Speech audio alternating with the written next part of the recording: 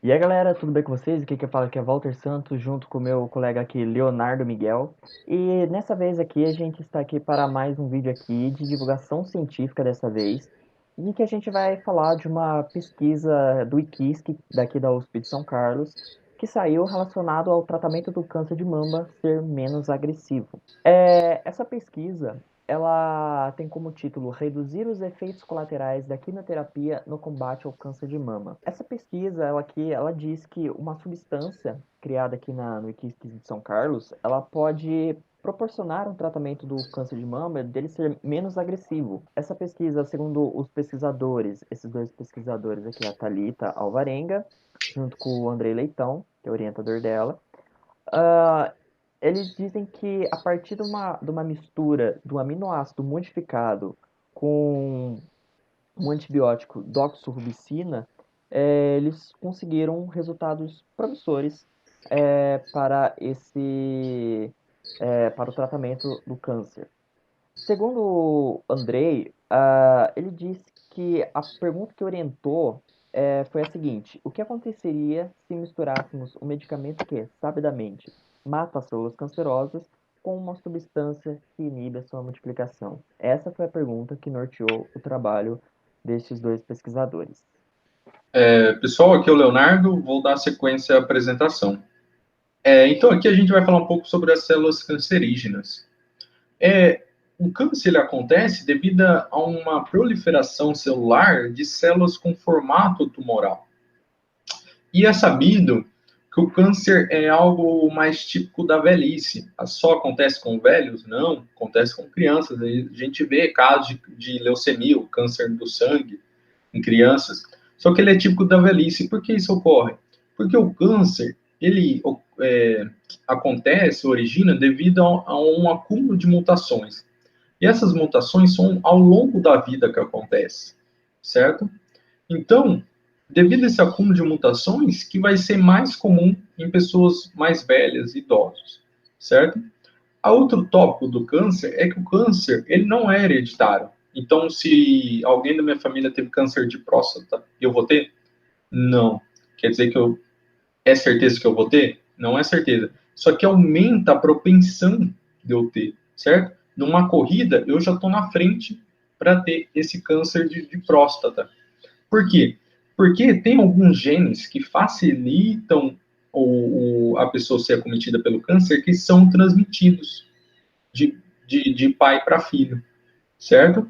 Então, o câncer não é hereditário, só que existe uma propensão maior para a pessoa ter. E aí, agora a gente vai falar sobre a formação de metástases, que é algo bem importante quando se fala em câncer.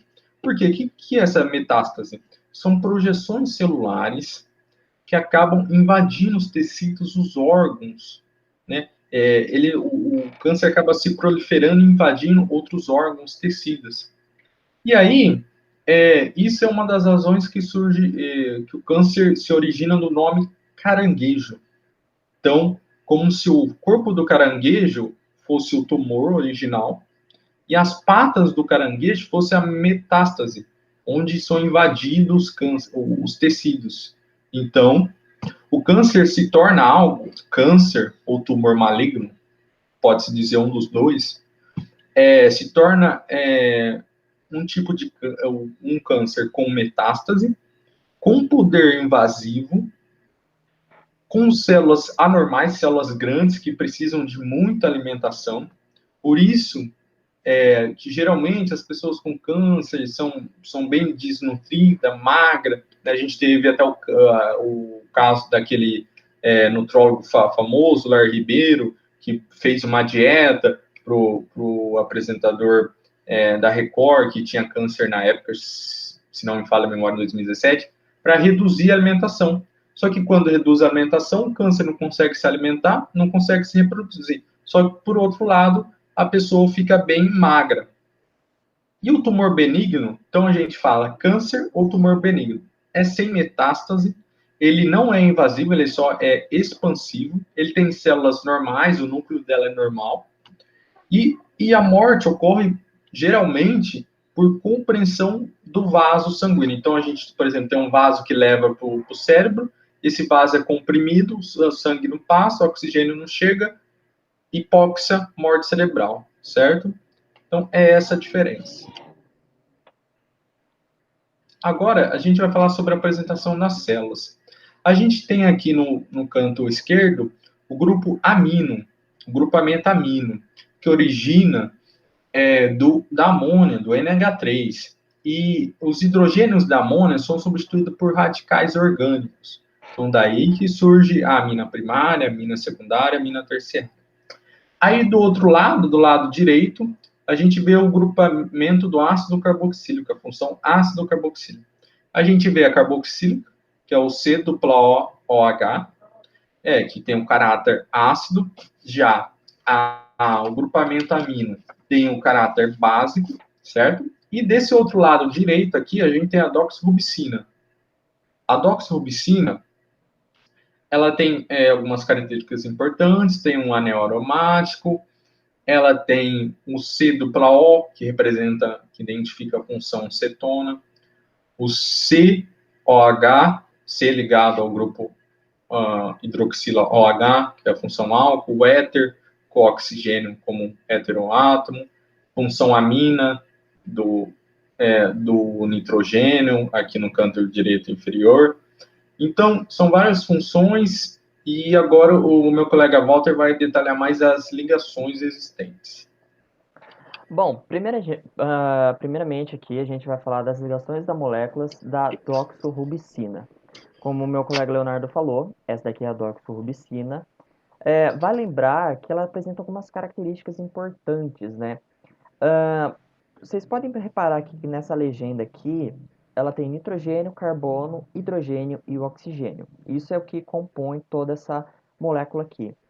O que dá para a gente visualizar aqui? Que essa é uma molécula de ligação covalente. Não apresenta nenhum metal aqui, porque a característica de ser uma ligação covalente é ter um hidrogênio ligado a metal. Então aqui a gente tem hidrogênio, né? E a gente não tem nenhum metal, apenas ametais. Esse é um dos pontos que a gente tem que notar nessa molécula. Outro ponto é a ponte de hidrogênio. Na química, a ponte de hidrogênio é a ligação mais forte que existe dentro das forças intermoleculares. Então, por exemplo, se a gente pegar aqui essa partição aqui da molécula, a gente tem o oxigênio representado em vermelho, o hidrogênio representado em cinza. Apenas nessa parte aqui, a gente tem uma polaridade envolvida, né? Porque se a gente for analisar, o oxigênio ele é mais eletronegativo do que o hidrogênio. Então, o que vai acontecer? Os elétrons vão se deslocar muito mais aqui para o lado do oxigênio e vai acabar criando uma polaridade, né? Então, aqui a gente tem uma alta polaridade nessa região e aqui a gente tem uma pequena polaridade. Isso que diz na química que a gente representa, que a gente chama de polaridade. Se fosse tudo igual, seria apolar. Não é o caso envolvido aqui. Além disso, a ponte de hidrogênio ela apresenta ponto de fusão e de ebulição altos.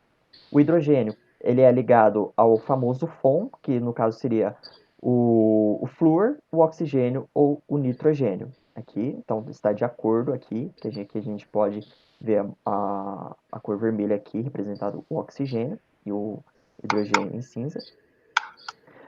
Substâncias polares, então aqui a gente tem a polaridade. E além disso, elas estão presentes no material genético de cada célula, ou seja, o DNA. E também, falando apenas da molécula da doxorubicina, ela é um antibiótico. Então, o antibiótico, falando de uma forma mais geral, ele é feito a partir de bactérias. Portanto, ele acaba contendo material genético. Não é uma grande parte, é uma pequena parte retirada de bactérias, né? A maior parte é tudo feito quimicamente, existe procedimentos, mas uma certa parte deles o material genético é retirado de bactérias. E a função de um antibiótico nada mais é se ligar a enzimas que causam a doença, né? Depende muito do antibiótico que você quer usar. Então ele se liga a essas enzimas e eles têm a função de impedir que elas se reproduzam. Esse é o geral de como um antibiótico funciona. Falando aqui agora das ligações das moléculas, no caso aqui o aminoácido, vale a gente tem que ressaltar aqui que na pesquisa não cita que aminoácido que é. Então, fala que é um aminoácido modificado. A gente não tem os detalhes dessa modificação. Então, aqui a gente trouxe aqui um aminoácido, uma representatividade geral dele, né, que a gente encontra na internet, na literatura. Então, se a gente pegar aqui nessa parte aqui do grupamento ácido carboxílico, a gente tem aqui novamente uma ponte de hidrogênio, né? Então, aqui a gente tem o hidrogênio, aqui a gente tem o oxigênio ligados, né?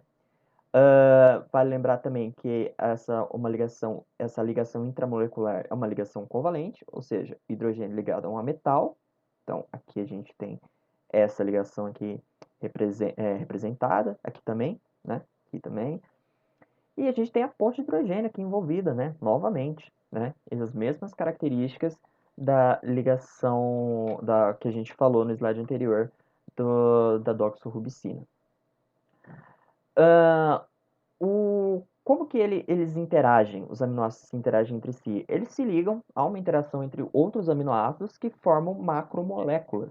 E essas macromoléculas, elas formam proteínas, né? Elas fazem o auxílio do corpo, fazem a manutenção do corpo. E a gente pode citar aqui as funções delas. Então, tem a defesa do organismo, ou seja, anticorpos, tem a comunicação celular, tem o transporte de substâncias, movimentação de estruturas, e a gente tem os catalisadores de reações químicas. Essas aqui são as características dos aminoácidos. Pessoal, agora, por último, a gente vai falar sobre o resultado dessa pesquisa.